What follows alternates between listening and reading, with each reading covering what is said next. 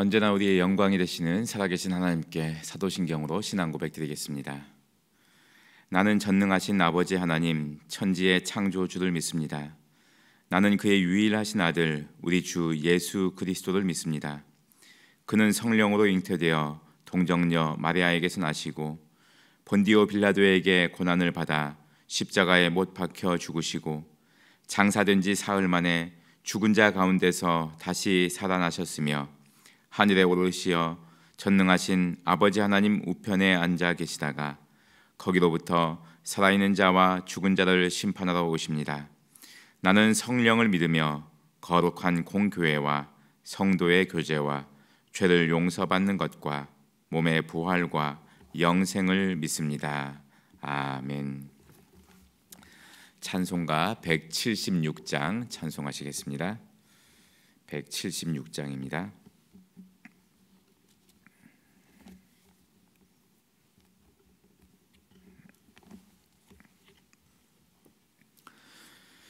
주 어느 때 다시 오실는지 아는 이가 없으니 등 밝히고 너는 깨어 있어 주를 반겨 맞으라. 주 안에서 우리 몸과 마음이 깨끗하게 되어서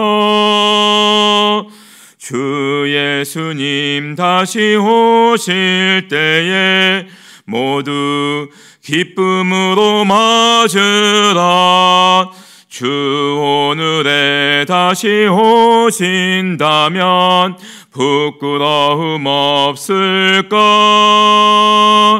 잘하였다 주님 칭찬하며 우리 맞아 주실까? 주 안에서 우리 몸과 마음이 깨끗하게 되어서 주 예수님 다시 오실 때에 모두 기쁨으로 맞으리. 주 예수님 맡겨주신 일에 모두 충성 다했나? 내 맘속에 확신 넘칠 때에 영원한 식 얻겠네. 주 안에서 우리 몸과 마음이 깨끗하게 되어서 주 예수님 다시 오실 때에 모두 기쁨으로 맞으라. 주 예수님 언제 오실는지 한밤에나 낮에나 늘 깨어서 주님 맞는 성도 주의 영광 보겠네. 주 안에서 우리 몸과 마음이 깨끗하게 되어서 주 예수님 다시 오실 때에 모두 기쁨으로 맞으라. 아멘. 사무엘상 4장 12절에서 22절의 말씀입니다. 사무엘상 4장 12절에서 22절입니다. 당일에 어떤 베냐민 사람이 진영에서 달려나와 자기 옷을 찢고 자기의 머리에 티끌을 덮어쓰고 실로에 이르니라.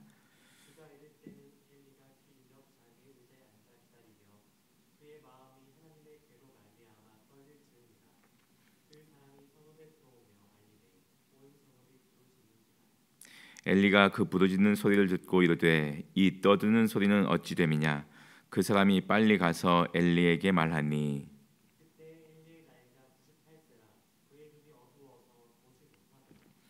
그 사람이 엘리에게 말하되 나는 진중에서 나온 자라. 내가 오늘 진중에서 도망하여 왔나이다. 엘리가 이르되 내 아들아 일이 어떻게 되었느냐?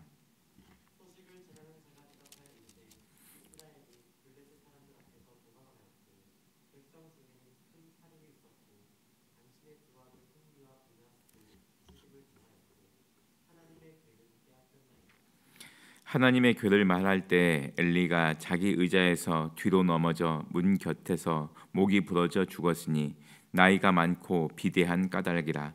그가 이스라엘의 사사가 된 지 40년이었더라.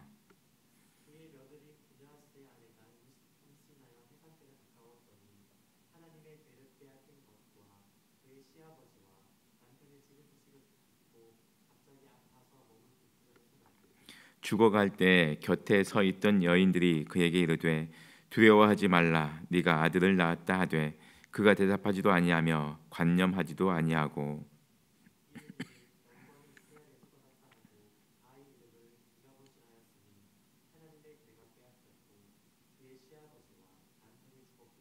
함께 했습니다.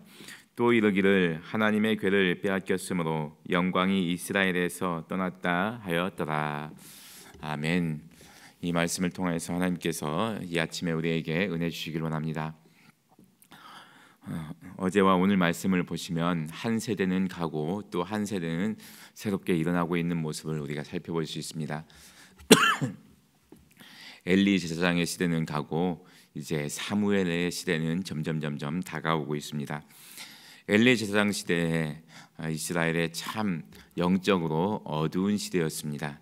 왜냐하면 제사장 자체인 엘리 스스로가 영적으로 어두운 생활을 했었기 때문에 그렇습니다.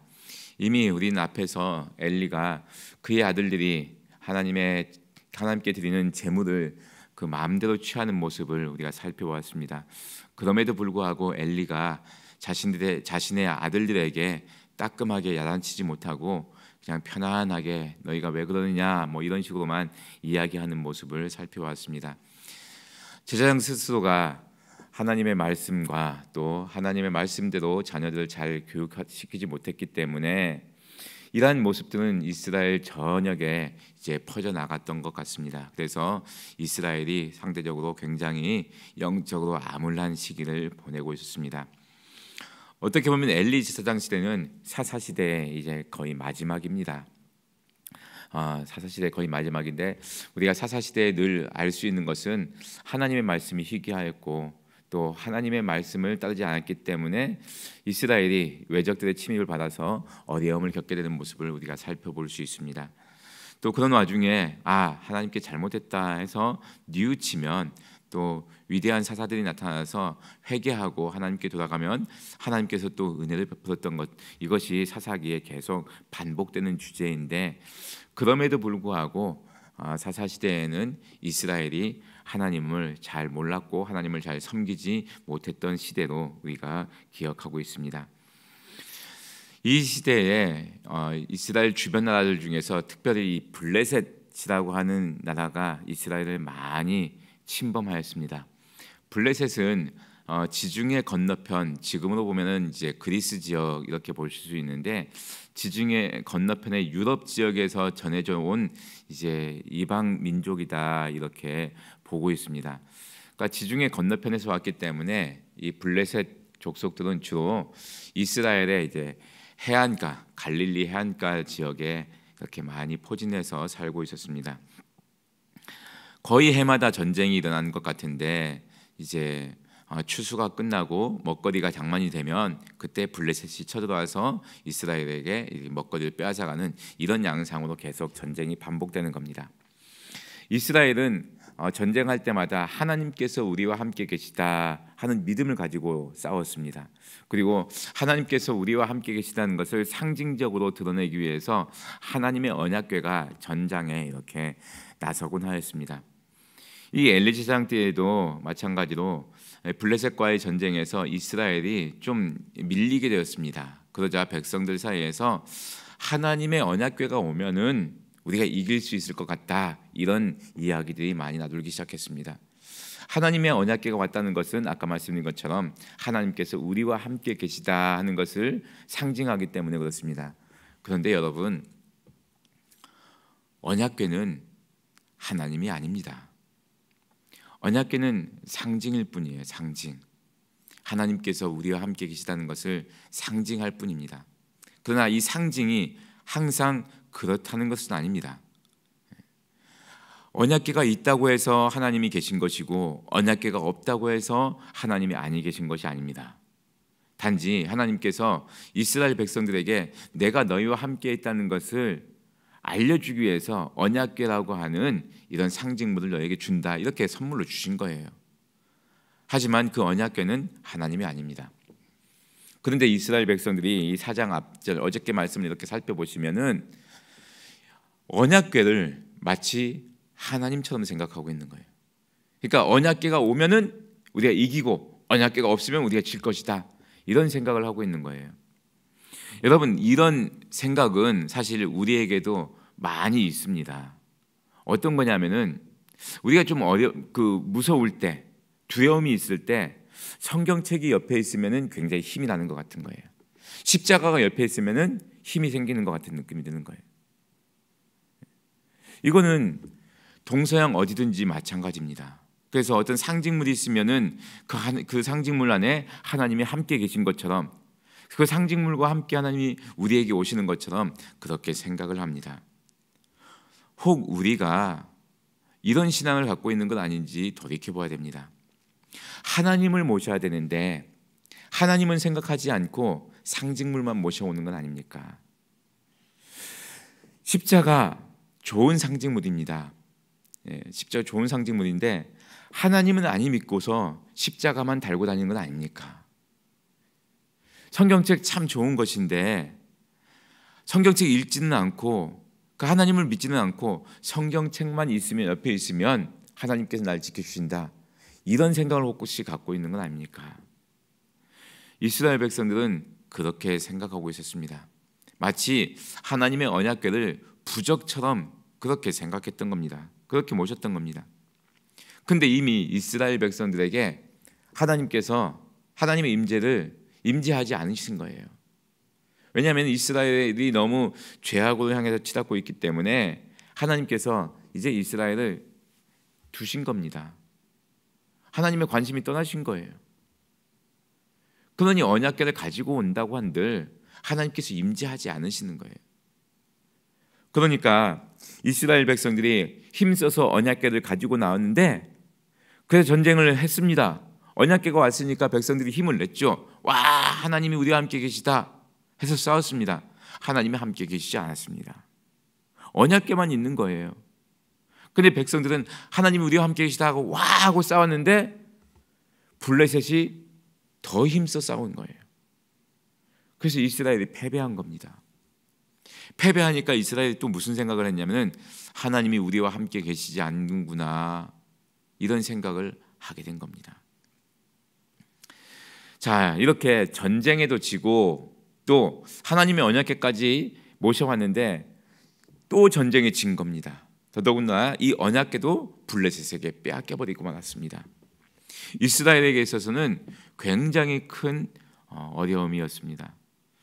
아마 굉장히 큰 충격을 받았을 것입니다. 언약궤를 빼앗기다니, 이런 일이 있을까 싶은 겁니다. 그리고 엘리 제사장의 두 아들도 그 전쟁에서 목숨을 잃었습니다. 홈니와 비느하스. 그들의 죄악, 그들이 권력을 가지고 참 오랫동안 잘 지낼 것 같았는데 그렇지 않습니다. 전쟁에서 한날 한시에 두 아들을 잃었습니다. 엘리 제사장은. 이 전쟁의 소식을 한 전령이 엘리 제사장에게 전하러 오늘 달려오는 모습을 우리가 볼 수 있습니다. 12절 말씀 보니까 당일에 전쟁이 있었던 날이죠. 어떤 베냐민 사람이 진영에서 달려나와 자기 옷을 찢고 자기의 머리에 티끌을 덮어쓰고 실로에 이르니라. 실로는 하나님의 언약궤가 모셔져 있었던 그 장소입니다. 엘리 제사장이 그 실로에 이렇게 머물고 있었습니다. 전령이 달려와 오는데 그 모습이 옷을 찢고, 여러분 고대 사회에서 옷감이라는 것은 굉장히 중요했습니다. 그리고 옷감은 오늘날처럼 그렇게 흔한 물건이 아니었습니다. 그러니까 옷은 참 귀하고 또 비싼 겁니다. 그런데 옷을 찢었다 하는 것은 그만큼 충격적인 일이라는 거예요. 예. 굉장히 비싼 물건이고 귀한 물건인데 그것을 찢어버렸다. 그만큼 충격적인 사건입니다. 주로 어떤 때 옷을 찢냐면은 큰 아픔을 겪을 때, 큰 고난이 올 때, 그리고 크게 회개할 때 이렇게 옷을 찢습니다. 뿐만 아니라 자기 머리에 티끌을 뒤집어 썼다 이렇게 하는데 이것도 마찬가지입니다. 머리에 티끌을 뒤집어 먼지를 막 쓰는 것, 먼지를 막 뿌리는 것은 이것은 크게 회개할 때나 아니면은 큰 어려움을 겪게 되었을 때 그렇습니다. 우리도 큰 어려움을 겪게 되면은 그냥 땅바닥에 주저앉아서 땅을 치고 있지 않습니까? 머리를 헝클어뜨리고 그렇게 울부짖지 않습니까?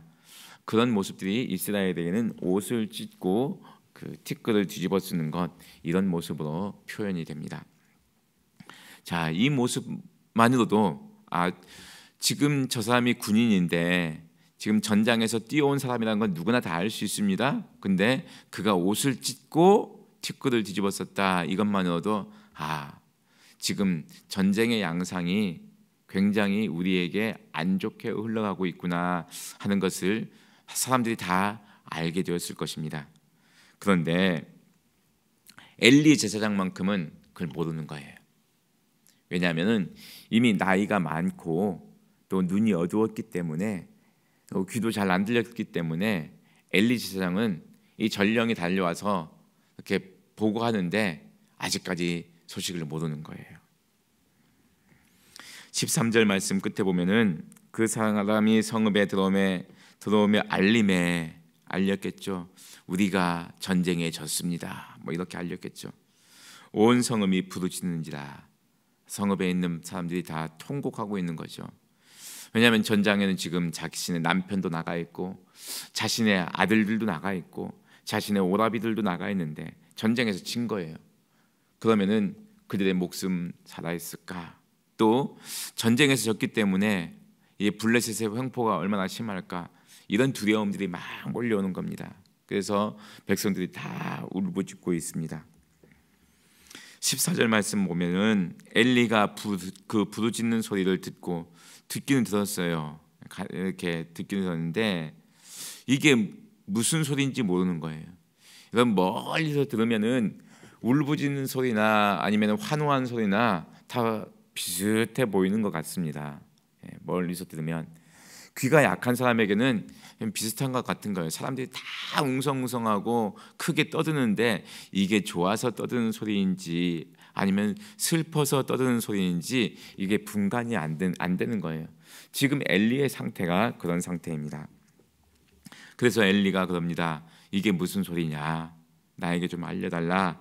이렇게 이야기하는데 15절 말씀에 그때 엘리의 나이가 98세라 그의 눈이 어두워서 보지 못하더라 이렇게 기록되어 있습니다. 엘리의 나이가 굉장히 많죠. 98세. 아마 이 당시에도 이 나이면 굉장히 많은 나이였을 것 같은데 여러분 나이가 많다고 해서 사리 분별을 다 못한다 꼭 그런 건 아니지 않습니까? 100세가 넘어도 왕성하게 활동하시는 분들도 있습니다. 우리 구미교회에도 제가 교적부 정리하다 보니까 90 넘으신 분들이 수십 명 되세요. 작년 연말에 제가 조사하다 보니까 90세 이상이신 우리 성도님들이 무려 80명이 있었습니다. 그래서 제가 이 어르신들 중에서 제가 모르는 사람이 있을까 해서 그 80명 명단을 보니까 제가 다 알겠더라고요. 왜냐하면 제가 1교구, 2교구, 3교구, 4교구 다 교구 담당 목사를 했었기 때문에 알겠더라고요. 그래서 제가 아는 분들이에요. 그 말씀 뭐냐면은 그냥 교적부에 이름만 올려놓으신 분이 아니고 우리와 함께 주일 출석해서 예배드리고 함께 신앙생활 하셨던 분이세요. 또 그렇게 보니까 이 90세 넘으신 분들 80명 중에서 굉장히 정정하세요. 우리 화요일 날 되면은 화요일 날 10시 정도에 이제 우리 사무실에서 우리 그 한나회가 모여서 기도회를 합니다. 근데 그 중에 90세 넘으신 어르신들도 꽤 되세요. 그러니까 나이가 많다고 해서 다 안 보이고 안 들리는 것은 아닙니다. 오늘 말씀을 통해서 이렇게 보면은 엘리가 98세인데 눈이 어두웠다 했는데, 그렇죠? 육체적인 눈도 어두웠는데, 우리가 이 사무엘상을 보면서 엘리 제사장의 모습을 보면서 엘리의 눈이 어두웠다는 것은 단순하게 육체적인 눈만 어두웠다 이렇게 보지 않고 그의 영적인 눈도 어두웠다 이렇게 보고 있습니다. 엘리가 영적으로 어두웠던 거예요. 제사장이 영적으로 어두웠으니까, 지도자가 영적으로 어두웠으니까 백성들도 영적으로 어두운 거예요. 잘 보지 못하는 거예요. 자, 그 전령이 이야기합니다. 전쟁에서 패했습니다. 그리고 당신의 두 아들도 죽었습니다. 뿐만 아니라 하나님의 언약궤가 블레셋 사람들의 손에 들어갔습니다. 이 얘기를 전한 거예요. 그 말을 듣는 순간 엘리가 충격에 빠졌습니다.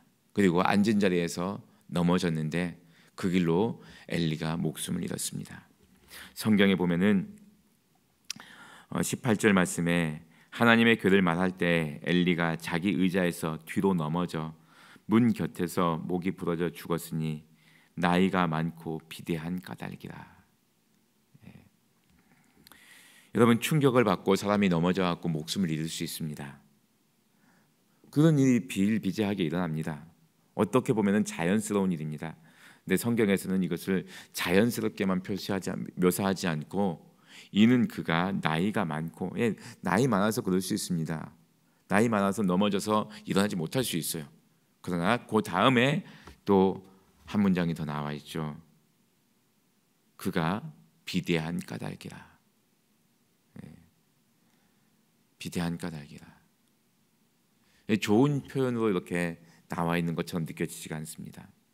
지금 백성들은 어려움에 처해 있는데 제사장인 엘리는, 민족의 지도자인 엘리는 비대한 거예요. 잘 먹고 잘 살았던 거예요. 하나님께서 이 모습을 그냥 넘어가지 않으시는 거예요. 엘리가 백성들 앞에서 바른 모습으로 서 있지 못했던 것에 대해서 하나님은 이 짧은 구절 속에 엘리의 모습을, 또 엘리를 향하는 하나님의 마음을 드러내 주십니다. 그가 비대했던 까닭이라. 40년 동안 통치했습니다. 40년 동안 나라를 잘 다스릴 수 있었는데 그러지 못했던 거예요. 하나님께서 주신 기간이 40년이나 있었는데 그 40년 동안 나라를 잘 안정시켰으면 참 좋았는데 그러지 못한 겁니다.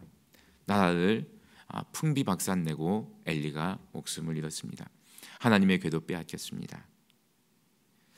그때 엘리의 며느리가 임신해 있었는데 이제 출산이 다가오고 있었는데 그 소식을 듣고서 충격받은 상태에서 아이를 낳았습니다. 산파들이 옆에서 도와주었는데 산모가 희망이 없는 거예요. 아예 손을 놔버린 것 같고 명줄을 놔버린 것 같아요. 산파들이 아무리 다독이고 이렇게 격려를 했는데 그게 귀에 들어오지 않는 겁니다. 그리고 태어난 아이의 이름을 이가봇이라 이렇게 지었습니다. 그리고 목숨을 잃었습니다. 여러분 보십시오. 같은 날 엘리의 두 아들이 목숨을 잃었습니다. 엘리가 목숨을 잃었습니다. 엘리의 며느리까지 목숨을 잃었습니다. 엘리 집안에 향하신 하나님의 심판이 이렇게 처절하게 임한 겁니다. 하나님께서 엘리 집안을 그냥 넘어가지 않으시는 거예요. 그 죄에 대해서 하나님께서 심판을 하시는 겁니다. 자, 아이의 이름을 이가봇이라 지었는데 이가봇 그 뜻은 하나님의 영광이 떠났다는 것입니다. 어떻게 보면은 이스라엘 민족에게 하나님의 영광이 떠났다. 왜냐하면 하나님의 언약궤를 빼앗겼으니까 뭐 이렇게 풀이할 수도 있습니다. 아니면 우리 집안에 하나님의 영광이 떠났다. 뭐 그렇게 풀이할 수도 있습니다. 여러분 그렇습니까? 하나님께서 이스라엘을 버리셨습니까? 아닙니다. 아니에요. 자기 자신이 그렇게 느낄 뿐입니다. 하나님은 이스라엘을 떠나지 않으셨습니다. 이스라엘 지켜보고 계시는 거예요. 단지 지금 이스라엘이 지은 죄가 많아서 하나님께로부터 심판을 받고 있을 뿐이지 하나님께서 이스라엘을 아예 버린 건 아닙니다. 하나님의 영광이 떠났다 그렇게 쉽게 말할 수 있는 게 아니에요. 하나님의 영광은 이스라엘을 떠나지 않습니다. 하나님의 영광은 늘 이스라엘과 함께 계셨습니다. 단지 엘리의 시대가 저무른 거예요. 엘리의 시대가 저물고 이제 하나님은 하나님께 영광을 받기 위해서, 하나님 자신이 영광을 받으시기 위해서 사무엘이라는 새로운 지도자를 이렇게 세우시는 겁니다. 가끔 우리가 착각할 수 있습니다. 하나님, 제가 여차하면은 하나님 영광 가리게 될걸요? 그러지 않습니다. 여러분, 하나님은 홀로 영광을 받으십니다. 우리가 하나님을 찬양하지 않는다 하더라도 하나님은 홀로 찬양을 받으세요. 예수님께서 말씀하셨습니다. 만약 우리가 찬양하지 않으면 이 돌들을 통해서도 하나님은 영광을 받으실 것이고 찬양을 받으실 것이라고 말씀하셨습니다. 그렇습니다. 여러분, 우리가 하나님을 찬양하지 않더라도, 우리가 하나님께 영광을 돌리지 않더라도 하나님은 영광을 받으십니다. 그러나 하나님께 찬양을 올려드리고 하나님께 영광을 올려드리는 그 일을 우리가 포기할 수는 없습니다. 그 일은 우리의 사명인 거예요. 내가 하나님께 영광을 올려드리지 않더라도 하나님 영광 받으시지만 기왕이면은 내가 하나님께 영광을 올려드려야죠. 내가 하나님을 찬양해야 되죠. 그게 우리의 사명인데요. 엘리가 없더라도 이스라엘은 하나님께서 이끌어 가십니다. 사무엘을 통해서 이끌어 가십니다. 엘리가 없더라도 하나님께서는 충분히 그렇게 하십니다. 그러나 엘리가 하나님의 말씀에 더 잘 따라서 이스라엘을 더 잘 인도했으면 훨씬 낫지 않겠습니까? 엘리에게는 하나님께서 기회를 주셨습니다. 그러나 그 기회를 엘리는 살리지 못한 거예요. 하나님께서는 이제 새로운 사람을 통하여서 이스라엘을 인도하게 하십니다. 이제 하나님께서 새로운 인물 사무엘을 이렇게 세우시는 것을 우리가 살펴보고 있습니다. 사랑하는 성도 여러분, 오늘 말씀을 통하여서 하나님은 우리에게 하나님을 영광스럽게 해드리는 그 직분을 주셨다는 것을 기억하실 수 있길 바랍니다. 이 고귀한 사명을 절대로 포기하지 마시고 우리 평생에 힘써서 하나님께 영광을 올리는 그런 삶을 살아가시는 우리 모든 성도님들 되실 수 있길 바랍니다. 기도드리겠습니다. 하나님 아버지, 참 감사합니다. 오늘 엘리 제사장의 가문의 마지막 모습을 보면서 우리에게 깊은 충격과 함께 우리가 어떻게 살아가야 되는지 알려주셔서 감사합니다. 하나님 아버지, 우리에게 주신 시간 동안 우리가 최선을 다해서 하나님을 섬기며 하나님께 영광을 올려드리며 사는 삶을 되게 하여 주옵소서. 그리하여서 엘리 제사장의 가문을 우리가 반면교사로 삼아서 우리는 그와 같은 길을 걷지 않고 하나님을 잘 섬기는 믿음의 길을 걸어가는 우리와 우리 가족들 다 되게 하여 주옵소서. 예수님의 이름으로 기도드리옵나이다. 아멘. 하늘에 계신 우리 아버지, 아버지의 이름을 거룩하게 하시며 아버지의 나라가 오게 하시며 아버지의 뜻이 하늘에서와 같이 땅에서도 이루어지게 하소서. 오늘 우리에게 일용할 양식을 주시고 우리가 우리에게 잘못한 사람을 용서하여 준 것 같이 우리 죄를 용서하여 주시고 우리를 시험에 빠지지 않게 하시고 악에서 구하소서. 나라와 권능과 영광이 영원히 아버지의 것입니다. 아멘. 주신 말씀 가지고 기도하실 수 있길 바랍니다. 엘리 가문을 바라보면서 하나님, 우리는 엘리 가문처럼 살지 않게 하여 주옵소서. 하나님의 영광을 위해서 살게 하여 주옵소서. 끝까지 하나님께 영광을 올려드리며 살게 하여 주옵소서. 기도하실 수 있길 바랍니다. 월요일은 우리 구미교회 비전을 위해서 기도하는 날입니다. 하나님의 은혜로 풍성한 생명, 건강한 교회를 이루게 하여 주옵소서. 기도해 주시고 이 지역 사회가 하나님의 은혜 가운데 안정되게 하여 주옵소서. 기도하실 수 있길 바랍니다. 우리 주위에 있는 환우들을 위해서 기도하시고 여러분 가지고 나오신 기도 제목을 놓고 기도할 때 우리 하나님께서 응답해 주실 것을 믿고 우리 함께 기도하시겠습니다. 다 같이 기도드리겠습니다.